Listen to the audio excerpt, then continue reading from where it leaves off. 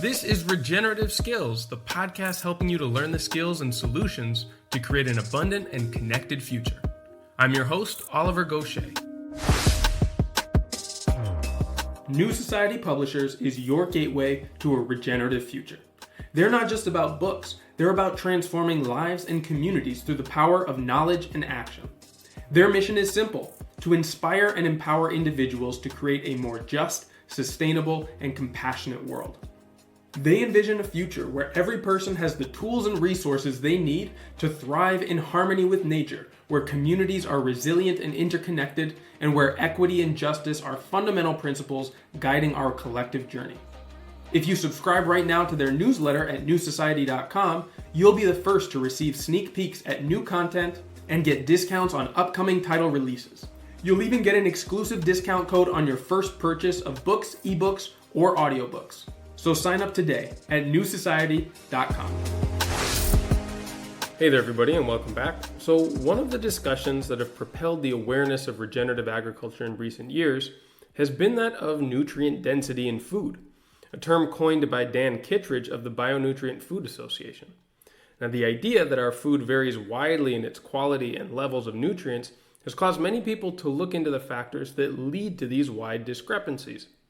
Dan in particular has been leading research, one ingredient at a time, into the causes and correlations that accompany different levels in vitamins, minerals, fats, proteins, and almost every other known component in the food that we eat.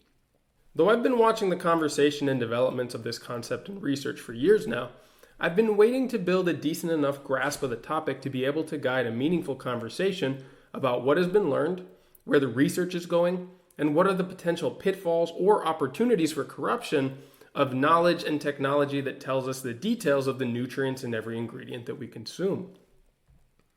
Then a few weeks ago, my good friend Andre Antunes from Portugal introduced me directly to Dan Kittredge through email, urging us to connect and have a conversation. Now, I know that Dan does interviews all the time, and so I asked him what he would want to talk about that he often doesn't get to explore. And he got back to me by saying that he'd be most interested in doing a long-form discussion in which we have the time to discuss all of the concepts and the ideas around the core of his work with the Bionutrient Food Association that both inform the purpose and the research, but that go into the bigger motivations and the theory behind it all. So that's exactly what we did. Earlier this week, Dan and I set aside time to really leave the space open and see where the chat could end up. Almost 2.5 hours later, time which absolutely flew by for me, I have a deep dive for all of you that explores all that I mentioned and more. Now, given that I don't tend to do long-form conversations, I've broken things down into 3 45-ish minute episodes. If, however, you prefer to listen in all one uninterrupted go, I publish the video version in its entirety at the Regenerative Skills YouTube channel. Now, in this first third of the cut-up interview, you'll hear us discuss Dan's 7-month global tour focused on nutrient density, the importance of understanding its true definition. He then elaborates on the BFA's perspective, emphasizing that nutrient density is a continuum of quality rather than a binary concept. The conversation underscores the need for a universal standard of nutrient density, the correlation between soil health and nutrient levels, and the use of spectroscopy technology to measure and improve food quality. In the second third, we mostly get into principles of biological systems and how to apply nature's patterns in business. Dan talks about his experience engaging with farmers and large businesses alike. We dig into his personal journey, the influence that Eastern paradigms and consciousness have had on his worldview, the connection of nutrient density and spirituality, and the potential of technological tools to be transformed for empowerment. In the last third, we navigate the need for generational healing and cultural shifts in our collective culture, the unavoidable reality that the healthiest food for you as an individual can never be bought. We talk about steps for building resilience and self-sufficiency before then going back to Dan's own journey into farming and interest in nutrient density, as well as his current challenges and plans for the future. The second 2 sections will come out on Friday over the next 2 weeks, which actually suits me really well because I'm just getting ready to leave for water restoration jobs in La Mancha here in Spain, and then going to the University of Reading to start a Regen Ag transition and agronomist training that I'll be building with a diverse team, all of which I'll tell you about in future episodes. So here we go. I'm going to hand things over now to Dan Kittredge. Well, welcome, Dan. It's such a pleasure to finally get to talk to you. I've really been admiring and watching your work for quite a number of years now, and I'm really glad that our mutual friend Andre in Portugal made this connection. How are you doing? I'm doing well. I'm doing well. I'm at the very tail end of a 7 month around the world twice tour. So I'm really looking forward to getting back to the farm and getting things. I gotta I put a few things in, but I'm looking forward to the growing season. Well, look, that's probably a place for us to start. Tell me about this tour that you're just at the tail end of. It started in October in southern France and it's gonna end in May in southern France. It's been a series of conferences, keynotes, courses, meetings. I don't know. It's just a bunch of everything. And it's just North America, Europe, and Australia, New Zealand. But it's been back and forth and around twice. And yeah, I feel like we're at this moment with this term nutrient density that I've been, critically involved in where it's like just about to hit the inflection point. It's hitting the inflection point. It's about to have its moment in the sun. Our 15 minutes of fame of moment is happening, and there's a lot of energy buzzing around it and a lot of general positive impulse, but not a ton of clarity about what exactly it is. And with my experience in the organic movement, which goes back almost 40 years, and watching social movements get turned into industries, I think this is a really key moment. And so that's part of why I've been so excited to be able to be around the world and meeting people in person and actually deep diving into what it is we think it means at the BFA. Because yeah, it's a really important time to sense make around this burgeoning thing. Well, let's make sure that we get that well defined because I know that's going to be central to this entire conversation. What is your definition of nutrient density? And maybe then we can talk about how it's being used and misused as the term catches on in so many different spheres. Yeah, well, I think the first thing I like to say is I'm pretty sure I don't know from an empirical standpoint what it is yet on any individual crop. And so anybody who thinks they do know what nutrient density is or can claim it in any kind of empirical fashion, I'd say please come talk to me because I'd love to learn. It's one of those things that a lot of people can claim, but what do you mean when you say it? So Sure. from our perspective at the BFA, at the BI, it's a continuum of quality. So like it's not like you are nutrient dense or are not nutrient dense. It's here's the most epically optimal steak or carrot or milk or rice from a nutritional standpoint. And here's the most rudimentary. And those are 100 and 0 on a scale. And Hmm. so if you're talking about nutrient density, you would say this carrot is 20 out of 100, or this carrot is 60 out of 100, or this carrot is 40 out of 100. So instead of it being a black and white, you are regenerative or not regenerative, you are local or not local, it's a continuum. And that that thing correlates with flavor and aroma, which is our God-given nutrient monitoring system. It correlates with pest and disease resistance. It correlates with soil health. I could say ecosystem function, vigor and vitality, decreasing cost of production from a farmer's perspective. Our thesis is that all these things correlate and there are different ways of looking at the same thing, and that nature has patterns, and that if we can study this thoughtfully and comprehensively and collectively and come up with a collective decision about what quality is, then that can be brought to the market and used and assessed in a non-invasive sort of flash of light at real time kind of manner as opposed to a certification label. So you would literally be taking your phone and it would be an app on your phone and you'd flash the light of the carrot and you would get a reading back on your phone after assessing it through spectroscopy, which is what your phone could do, and say this carrot is 20 out of 100. And then you go to look at that bag on the shelf and boom, that would be 60 out of 100. So we're going past labels, past certifications, past marketing claims to direct assessment of the nature of the thing. So that probably covers some of the bases. Probably didn't, I'm not sure I got everything, but maybe that's enough to, Now, yeah. starting with this part that you said that this is a scale and not a binary Mm. yes or no, right? That fits in a Yeah. lot with the term regenerative as a movement in agriculture and other spheres of things. there isn't one way of being entirely regenerative, especially because the term itself refers to a process and not a state of being, Exactly. right? Yeah. And the other thing is then matching what that correlates to, or the aspects of what is being regenerated, because I don't know of any project, even some of the most ambitious ones that I've seen that I've participated in, that are regenerative in kind of all the ways that you can be, or certainly not Exactly. equally regenerative in the ways that you can be. I would imagine this is somewhat reflected in nutrients as well, right? So it might be, let's say, the carrot that we're using as our general example here might be at a 20 on the scale, might be at a 60 on the scale, but the scale also, I'm sure, is different for, let's say, sugar content or polyphenols or other micronutrients, right? And so it could be very high on a scale in a certain nutrient, but very low on others. And this is supposedly an amalgamated reading of where nutrient density could be in an overall of what this certain food could contain. For example, I would imagine that a carrot is always going to score fairly low on protein, right? And there's certain things that it shouldn't contain or wouldn't naturally contain. And so Well, where do you so set the parameters on this that guide this scale that it's being rated against?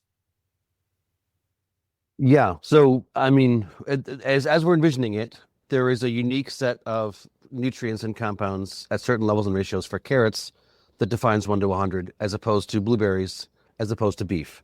Yeah. So part of the process of definition, which is an expensive scientific process, which is where we're at right now and haven't completed yet, is to identify what those levels and ratios are of which compounds in each crop that define that answer. So, I mean, it's a complex process where, I mean, we've been doing it with beef at the moment. It was our first thing we started with. And yeah, we had farmers from around the planet send in steaks, a steak from 3 different animals. We looked at over 100 nutrients in each steak.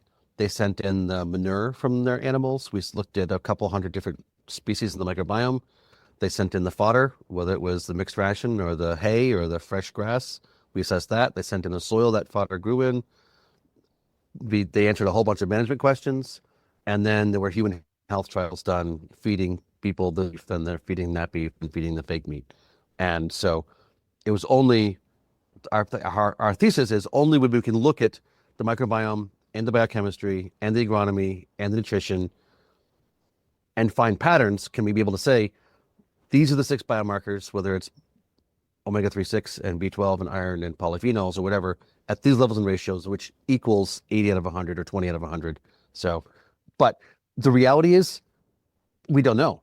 And we're trying to figure it out. And our idea is the best way to do it is collectively and openly and collaboratively. And so is it possible for a social movement to coalesce around this conversation and to engage in iterative and evolving definition process whereby we may be able to come up with a definition, a preliminary scale of 1 to 100 in 2026, but then with further investigation by 2028, it's more evolved, and maybe 2030, it's actually pretty decent. Instead of having this standard over here, that standard over there, this claim and that claim, and having it go sideways, can we consensus upon a process that is integrated, that brings together the wisdom from all these different fields to create a common understanding? So that's the vision. That's what we're working on. This is the moment, like hopefully to step in at a fairly early phase and actually lead with it. And everybody's like, yeah, you know what? That makes more sense than anything else. I'm going to jump on that bandwagon. Yeah. And I think for Because good reason you've been able to companies with garner big so marketing much. budgets. Yeah. What's that? I just think for so many good reasons, you've been able to garner a lot of attention, funding, and support on this new way of evaluating the quality of the food that we eat. Now, I want to explore throughout this whole conversation some of the limitations of this, some of the maybe ways that it can be altered or doctored, or if you're finding anomalies in the research that you've been doing, and we'll have time to cover all of that. But starting with the part of the question of, can this research ever really be done?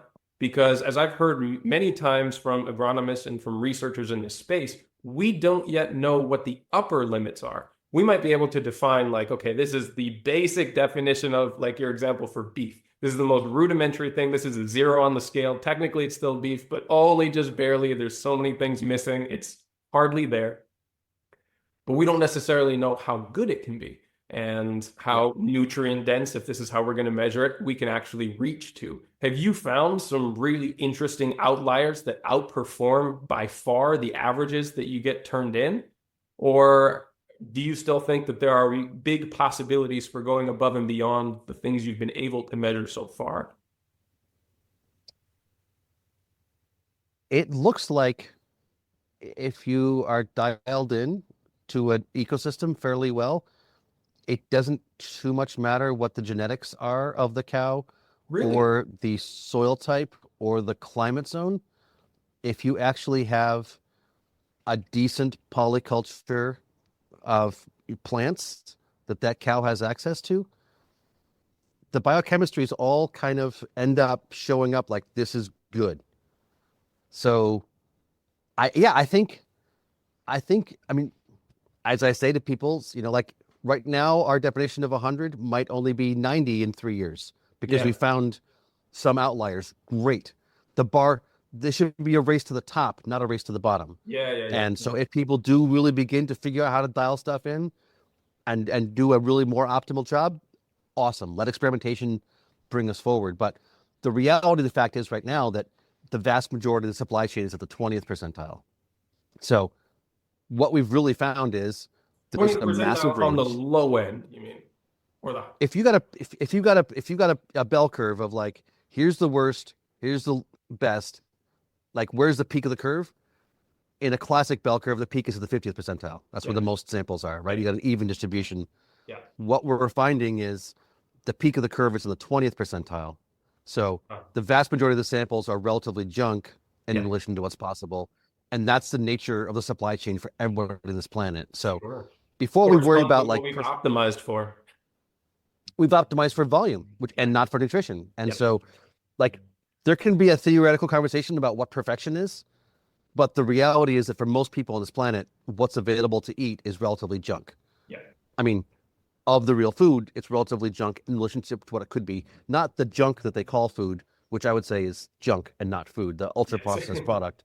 That's a different conversation.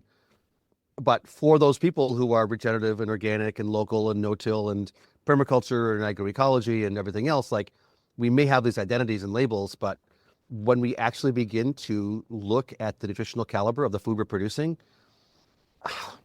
humility is in order. Let's put it that way. And a refractometer, a Brix reading, can be a great place to start on that journey of seeing how good you are, because we have a Brix chart that's been out there for a long time, which can show you poor, average, good, excellent, and a refractometer costs 20 euros. It doesn't cost a lot of money. That's one I love. I use a lot. Have you found that it corresponds pretty well with the device that you've created? Well, I mean, what have we created so far? And I mean, yeah, I don't think we've built a device that works as well yet as a refractometer from an overall perspective, because foundationally we don't know what nutrient density is. Sure. And you can't calibrate a meter to nutrient density until you've defined nutrient density. Yes. And so that's the project we're in the middle of, is like $1 million, $1.25 million a crop. You have to do the research before you can get the answer, before you can build a meter to test the answer. If that makes sense. Yes. And I'm really glad that you're committed to doing it in that order, because anybody with lower standards or integrity would jump right to making the claims without having the data to set the parameters that they're actually measuring for. And it may not be low integrity, it just may be, lack of understanding. And, we all want to think we're good people and doing good work. And I'm nutrient dense. Well, okay, what is it? I'm a good person. What's a good person? Yeah. No, there's much deeper questions here for sure. Yeah. I want to go back to something that you said a second ago, that you didn't find that breed mattered a lot in the samples that you're taking from beef. Now that seems counterintuitive to some of the things that I've been hearing from the regenerative ranchers in my networks and people close around here. I mean, in extreme circumstances, intuition would tell me, let's say you bring a Brahman cow from India and take them to the Pyrenees Mountains here with very different forage than they're probably used to eating, that the genetics would still be similar enough that they would be able to, if given enough diversity in their forage, sort of self-medicate and self-moderate their feed in order to optimize for how they digest enough to get it so that the output of their meat is still within the parameters, even without controlling for all different types of feed and microbiome in the soil and all these other things that you test for. Is that what you were saying earlier, or did I misunderstand your statement? I think perhaps misunderstood a bit. I mean, in the Latin, I think there's Bos Indicus and Bos Taurus, right? There's basically cows from really hot parts of the world and cows from not so hot parts of the world. And so that the Brahmin is a Bos Indicus, and they do much more well in sort of desertified hot areas. Yeah. And the Bos Taurus is more like their classic, all the various types of cows that you think of as European. Yeah. I think what we can say is you take that Bos Indicus or whichever one, and you feed it a bunch of grain and then you take a different one, you feed it a bunch of polyculture pasture. The one that's eating polyculture pasture is going to be much better shape than the one eating grain. So breed does not predict nutrient level. It would be like saying I'm going to take somebody who's genetically from Asia and someone who's genetically from Africa, and I can predict how healthy of a being they're going to be based on their genetic lineage. Like, no. Someone who's from Africa, if they eat well, they're going to be in good shape. If they eat poorly, they're going to be in bad shape. Somebody who's from Asia, if they eat well, they're going to be in good shape. If they eat poorly, they're going to be in bad shape. So that seems to be the case across all things. Plants, whether it's carrots or cucumbers or wheat or blueberries, genetics do have an impact. Certainly epigenetics also, like what was the health of the grandmother. But if you have a genetic line which is normalized to, rematriated to, has become indigenized to an area after 2 or 3 generations, it doesn't matter so much what the genetics are. It matters much more the health of the soil. And so similarly with animals, it sure looks like it's the nature of the food that they're eating that predicts most well. If you've got, Holstein versus Jersey, well, Holsteins have been selected to do more well in a grain diet. So they're maybe not going to be as good as a Jersey, but you feed them both grain, it's going to have low quality. You feed them both polyculture pasture, it's going to be high quality. I got you. Yeah, I see where I misunderstood your earlier statement. I was talking about moving breeds to environments that they really don't generally do well in, or perhaps aren't accustomed to the forage that would be in that area. And that's not what you meant. I also assume that's probably something that's very difficult to track for, because you'd have to have Epigenetics? a set that says these genetics do well in these certain areas or generally in these environments, and gather that and make sure that they are within the locations that you're testing from. And that's a whole nother data set to collect. Well, I mean, I think it's really important to talk about this re-indigenizing, and maybe it's easier to think about when you're talking about vegetables. Like if you buy carrot seed, and that carrot seed and its great-grandparents and great-great-grandparents and great-great-great-great-grandparents all were raised in Oregon, which is a dry, environment. Every time you plant your carrot seed in Massachusetts, where I live, like it's not going to be normalized to this environment. So it's never going to be able to do as well as it could if the seed I planted this year, I let it go to seed and I planted that seed again next year. And after 2 or 3 generations of that seed, reconnecting to this land and having the microbiome shift and the epigenetics shift, we would expect that variety, well, it actually is different. It actually is an evolved dynamic to function much more well in that environment. So there's a critical piece of the puzzle, which seems to be the epigenetics. And if you give things a couple generations to harmonize with their environment, they should be expected to do more well than stuff brought in from out. I'm really glad that That's you what it brought looks up this like. portion. That's what it looks like. Because this is actually probably the first interview that I did where we directly talked about some of your research with a woman named Julia Dakin from the Going to Seed Foundation.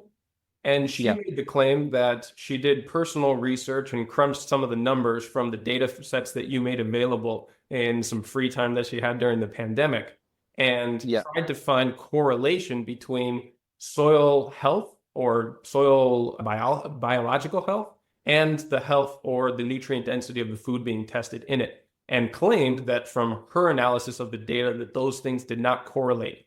But what correlated instead was the open pollination or the heritage variety whether it was something that came from a seed company, like one of these homogenized seed companies, or if this was something that was bred and maintained locally.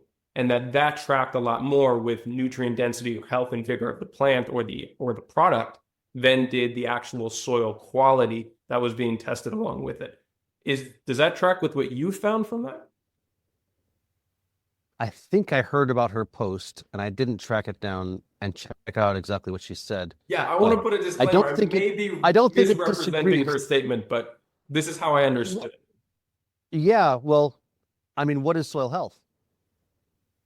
How do you define soil health? I mean, these are all like we throw these words around like, oh, soil health doesn't correlate. Well, define terms first. Sure. All we looked at, I mean, we looked at organic matter, we looked at pH, we looked at various minerals, we looked at respiration. Mhm. At least in the initial work we started in 2017, going through 2021, that was like our, you know, like, is this a viable strategy to change the world research? We looked at a few metrics. The only pattern that seemed to be applicable across the board was level of life in the soil.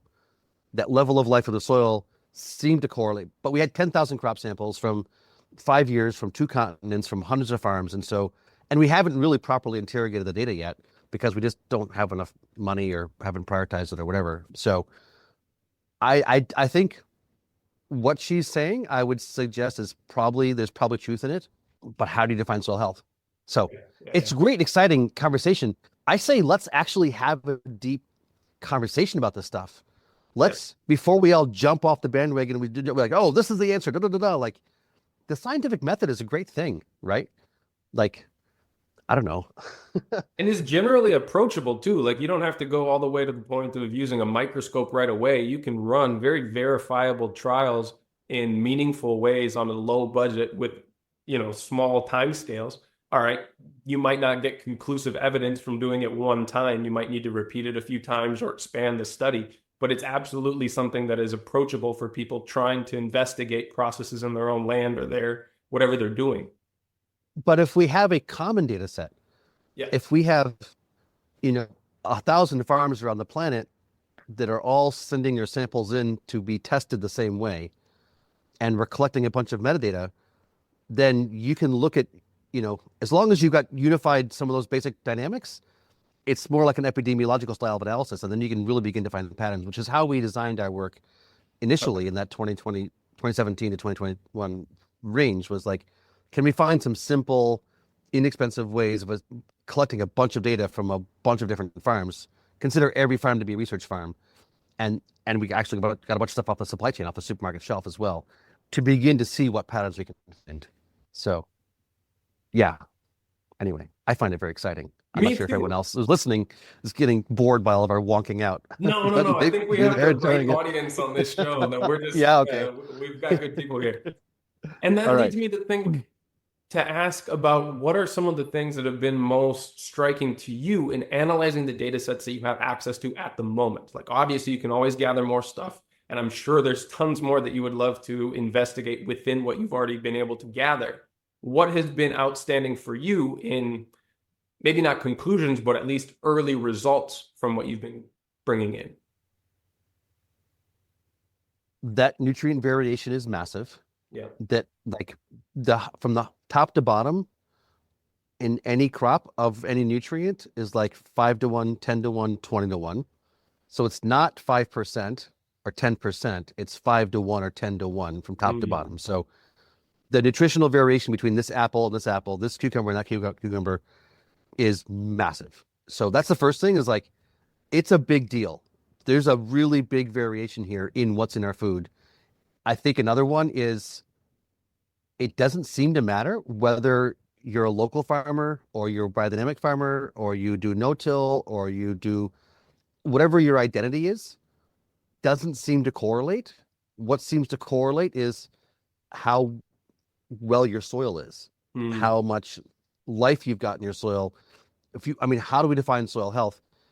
It seems to be that the microbiome is actually really important. And we understand from evolutionary biology that the microbes evolved the plants and the microbes evolved the animals, and they're the bottom of the food chain. And it sure does seem to correlate that like the more well you do supporting the microbiome, the more well the plant does. And that does not correlate with regenerative or organic or local or permaculture. It correlates with, because in many cases, these identities we have miss some key pieces of the puzzle. And this is what I go into when I teach my course. I call it Principles of Biological Systems. Like, guess what? Microbes need air to breathe. And so if your soil's really tight, they're dead. Yeah. They can't breathe and Or they they die. get started to begin with, yeah. Right. So all these, like, so I do no-till. I'm proud of myself. I'm patting myself on the back and I'm like, oh, I'm a big no-till farmer. Like, but if you have subsoil compaction, that foundationally inhibits the capacity of your soil life to do anything. And so you need to address that somehow. Yeah. And so I think in many cases we're a bit dogmatic in our identities. Not everybody, but like I think it's something that from the culture we're living in, how we've been trained to behave is in the sort of black and white and binary reductionist, who was it?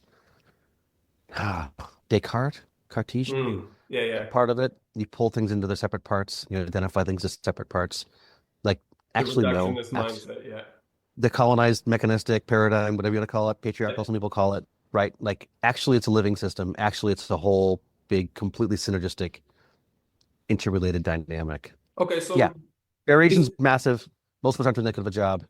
Yeah. It looks like it's about life, not about what you call yourself. Those are some of the basic things, I think. Okay, so I guess in general then, when we're talking about healthy soil, I think we can agree that we're talking about the presence and diversity or quality of life in that soil, right? Because the minerals... Diversity and quantity, I think. Yeah. It's like how many different people are there and how many of them. Yes. You want a whole bunch of different people there. Yeah. Yeah. And from all different sectors of life, the fungal populations, the nematodes, the whole thing. Absolutely. That would make me think that the schools of thought that really focus on enhancing those two metrics, the quality and the quantity of life in the soil microbiome, are probably going to start to correlate with this nutrient density that we're looking for. But no, and does that track with any of those schools of thought or those labels that you said earlier? Because that may not correlate directly with the nutrient density that we're looking for, but do any of these, no-till, permaculture, organic, any of those other labels tend to correlate with more life in the soil? They do not. They do not correlate with more life in the soil. Yeah, I mean, it's all kinds of, like think about Soil Food Web, and there's IMO, and there's Green Natural Farming, and all that kind of stuff. There's people, groups that are all about like adding microbes. Yes. And what I say is, look, if you got a plane full of people and you dropped them off on a frozen lake in Alaska and flew away, you'd have a bunch of dead people in a couple of days. Yeah. Right? You can drop off some microbes in an ecosystem that is not optimal for microbes to live in, and they'll die. So adding microbes by itself is not actually solving the problem. The environmental conditions for the microbes to flourish is actually the thing we need to be focusing on. And you need cobalt to have B12 for most microbes to be able to exist. If you don't have B12, like we're B12 dependent organisms, so are microbes. They must have B12 to exist. And so if you don't have sufficient cobalt in your soil, you can add all the microbes you want and they're going to die off, and so you have to add more next week. You shouldn't have to keep adding microbes every week, right? If the environment is optimal for them, once they've established, they should be taking. You shouldn't have to keep adding them. So this is where we get to a chicken or the egg thing, right? And I really like the way that people like John Kempf or that Joel Williams have started to talk about kind of three pillars of improving soil function or health, and that's mechanical, chemical, and biological, right? And depending on what the big inhibitor that you find in your soil is, you might recommend an intervention from one of these three pillars to kickstart the process. But ideally, working with all three in tandem, depending on what your budget or your capacities are likely to be the most effective or at least quickest way of seeing these improvements. So like you said, if it's compaction, inhibiting respiration or infiltration of water or something, then you might be able to accelerate this by pulling in a subsoiler and breaking up that compaction so that you can start to get, let's say, a diverse cover crop established, which then creates the exudates that support the the life Yep. in the soil and so on. Whereas if it might be either a toxicity level or an absence of a crucial mineral, maybe you can give a one-time application that restarts these cycles. Are you, Exactly. yeah, are you kind of on board with that approach of like figuring out what the primary inhibitor is and then treating that as a gateway to opening up other doors? Yeah, I would say John and Joel and I are all people of a certain age who have learned from people of a Similar, we all similar learned mentor from the community. same elders. Yeah. We all learned from the same elders at the, effectively, if you track back our lineage of who we've learned from, it's the same people at Acres USA, founded by Charles Walters in 1970. And, what they call it is biological ag. And they are completely open to everything from quantum to biochemistry, right? It's a big tent where agroecology and permaculture and, so a food web and everything else, consciousness and intention and all that is welcome. And yeah, it's about life. It's about creating a dynamic where life can function. And the way I say it is like each piece of land, like imagine for starters that nature is alive. Imagine that nature's a woman. Imagine that like there's a sentient beinghood we're dealing with. There's actually a living, loving consciousness, which is the essence of nature. Like for starters, get out of your reductionist mechanistic, like this is a science textbook, math and figures conversation. For starters, get Machine to be into fixed and optimized. this is a sentient being Yeah. who's, loving and gentle and maybe have been traumatized and needs to be healed and cared for, and engage with that land as lovingly as you can and understand what she needs when she needs it. And if you can operate with that paradigm, like, which is what indigenous traditions globally have taught us, like nature's alive, they call her a woman, you should respect her and love her and care for her and provide for her and protect her. Like, okay, that's our role, caretaker. And, you know, she's got this thing she needs. Okay, so you provide that, whether it's air or water or, cover, food, all these different dynamics. If you understand you're supporting a living being. I think of it as maybe raising a child. If anybody's had a child or even raising chickens, like if you've ever had a baby chick, like the baby chick needs certain things. And if you don't give that baby chick certain things, it dies.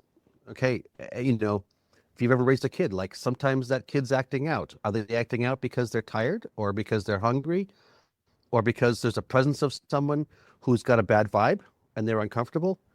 Like when you're dealing with living beings, there's a whole level of sensitivity and nuance that I think is foundational to the conversation. And yeah, I would say it's about that openness to like seeing what this individual piece of land needs right now in this moment. What's true now is different than what's going to be true in a week. So you can't just apply like here's your prescriptive regimen of what should be done. It's like I go out there now onto the land and this is the thing it needs most. And I go out there next week and it actually needs something different next week than it needs right now. And so only when you engage that living, loving relationship should you be expected to be able to have life flourishing. And I love that description. I've heard it summarized in some cases as a difference between being a technician and a steward. And my own experience has been being involved in so many projects, starting first with natural building and then going into permaculture and landscape design, moving from there to ecosystem restoration and more prominently now in regen ag context. Yeah. The more that I traveled and like saw projects and gave some recommendations or some guidance and moved on, the less that I felt like I actually was working effectively in understanding that the only way to be effective or be helpful in these contexts is to be present and to observe and go on a journey. And there's a very limited capacity for someone who is not there very often or checks in with the person stewarding the place on calls can really be attentive to those things. And increasingly, the way that I work now with clients and collaborators is in a coaching capacity in helping them to build the relationship, to do those things that you talked about, to be present, to observe, to listen, to respond, to test things out, but really essentially build a deep relationship with the thing that they are caring Exactly. for, or the space that they are caring for, because nobody can do that for you. They might be able to troubleshoot some problems or some techniques, give you some new ideas, maybe expand some of your knowledge, but there's no replacement for being present, loving that place, going on the journey with it, and healing and caring for yourself along with the space, the farm, the ecosystem that you're involved with. Exactly. And it's part of our own healing, right? Is that learning to listen, and that's the whole point, is for us each to deepen our own beings. And nature is a brilliant lover in that process. Yeah. Yeah, indeed. Yeah, that's the point. Yeah. Now, Well, almost it's a part of the point, at least. yeah. I can say the point. Well, almost contradicting what I just said, I would be remiss if I didn't bring it back to some of the data set of the things that you are looking at to see if you found correlations with other specific practices or techniques that, matched with some of the assumptions that many of us are throwing out there on social media, like, this improves soil health, or this will save the climate, and all these other hubristic kind of titles that that are clickbait and promise to solve climate change. Have you seen anything Yeah. that actually seems to deliver results for the claims that are made about it? Whether they're amendments, whether they're practices, whether they're the things that they don't do, like in the case of no-till, which is a funny title. Yeah. I mean, it sure looks like it's the way in which you steward the land. The degree to which you steward the land well is, I think, the thing that correlates most well. Mm-hmm. And how do you, I mean, yeah. The way I see it is like permaculture has an amazing suite of tools in that toolbox. Organic has amazing tools. Agroecology, brilliant tools. Soil food web, awesome. Biodynamics, great. Like, quantum, 100%. Consciousness, intuition, like indigenous wisdom, absolutely. Epigenetics, totally. Microbiology, yep. Biochemistry, 100%. Like, all these different frames of reference provide valuable tools in the toolbox that can be used. But if you're ever trying to fix a tractor, you need a bunch of tools to choose from, right? You need the sockets and the wrenches of different sizes and types. You need the different screwdrivers and heads, and you need the pliers, the like, if you're on a farm and you're making and fixing and building stuff, you want to have a suite of tools, because depending on what the job is, you need different tools. And so let's look at permaculture, let's look at agroecology, let's look at regenerative and organic and biodynamic and conventional ag, IPM. Let's look at these all as sort of frames of reference, which provide tools that we can use as and when necessary. But if you were to say, I'm only going to use screwdrivers to fix a tractor, that'd be stupid. Yeah. So if you said, I'm only going to use organic to work with nature, that'd be stupid, right? I'm only going to use minerals to work with nature. I'm only going to use microbes to work with nature. Why limit yourself? Why not open yourself to a full suite of received wisdom and be receptive to and utilize the thing that's most appropriate at the appropriate time? It's like, I call it being religious versus being spiritual. Like, my church says you bow down 5 times a day at this direction. My church says you apologize for everything you've done every week and repeat something 5 times. How about you humble yourself before the divine and receive the wisdom of the divine instead of going through these regimented religious practices? How about you're just present with what is shown to you and what comes through as well as you can, and you continue deepening yourself in that process? Like, it seems to me self-evident, if you frame it that way, that a lot of these identities that people are associating with are effectively tribal, religious, like separation framing, you know, and separation is fear. Separation is the opposite of love. Love is like unity and coming together. Identifying as separate or different is fear, is like ego, and I don't know. It's just, yeah. I really appreciate the I analogy that you're think I made a using point here. there. Yeah, What's that? absolutely. And I think those are a very apt one, especially because there are many overlaps in the way that we start to talk about a dogmatic way of adhering to different agricultural schools, practices, labels, and whatnot, like we mentioned earlier, and the admission that each one of them has something very valuable to offer, but that the only way that you're going to figure out if that works for you is through a deeper understanding of your context and where it is you're trying to get to, what your actual goals are. Which also brings me back to kind of how I've learned to work in a coaching capacity with people is by starting to define context. Now, Yeah. admittedly, that I did learn that through the Savory Institute and their way of defining context, Great. but also I have really expanded the way that I work with that and changed some things based on the experiences of the people that I've worked with, right? There Yeah. are definitely ways to expand on the fundamentals of the framework of holistic management. And there are many different schools of thought that touch on the concept of building a context and how broad that can go and what the process looks like. Have you used that yourself with growers and, well, your own experience in farming? Used and the evolute of the savory, or just the context conversation? Yeah, The exactly. Well, if any the framework to start to manage the complexity of dealing with living systems.